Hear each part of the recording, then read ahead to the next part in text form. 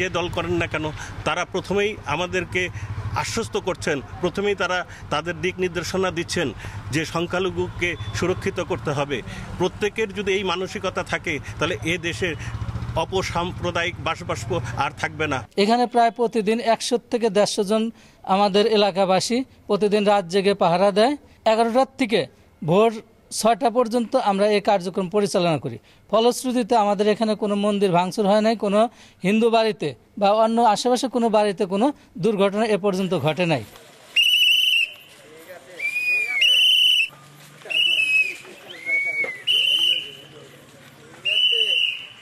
ছেলেপেলে আমাদেরকে যথেষ্ট সার্বিক সহযোগিতা করছে।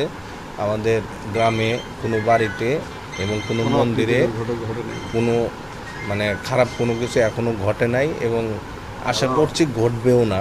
হিন্দু মুসলমান সবাই মিলে একটা মনিটরিং কমিটি হয়েছে এবং পাহারা দেওয়া হয়েছে। তাতে হিন্দু মুসলিম সবাই মিলে আমরা পাহারা দিয়েছি।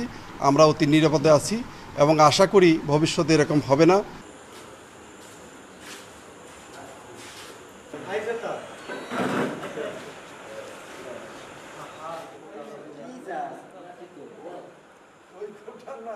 বাজার ব্যবসায়ী সমিতির সকল সদস্য আমরা পাহারা দিয়ে আসছি। আগামী আশা করি বর্তমানে অতীত ঘটনায় বর্তমানে কোনো অপ্রীতিকর ঘটনা ঘটে নাই, আগামীতে ঘটবে না।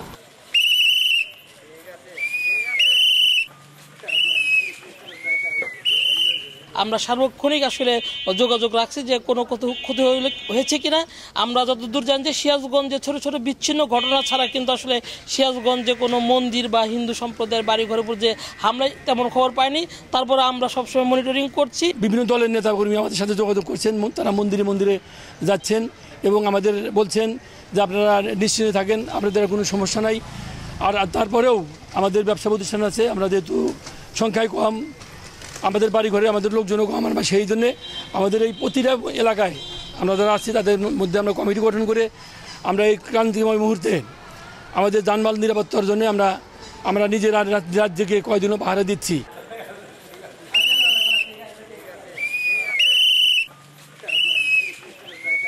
আমি মসজিদে মসজিদে মাইকিং করেছি এবং মাইকিংয়ে ঘোষণা করেছি কেউ কোনো মন্দিরে হামলা করবেন না, কোনো হিন্দু সম্প্রদায়ের বাড়িতে হামলা করবেন না, কোনো ব্যবসায়িক প্রতিষ্ঠানে হামলা করবেন না।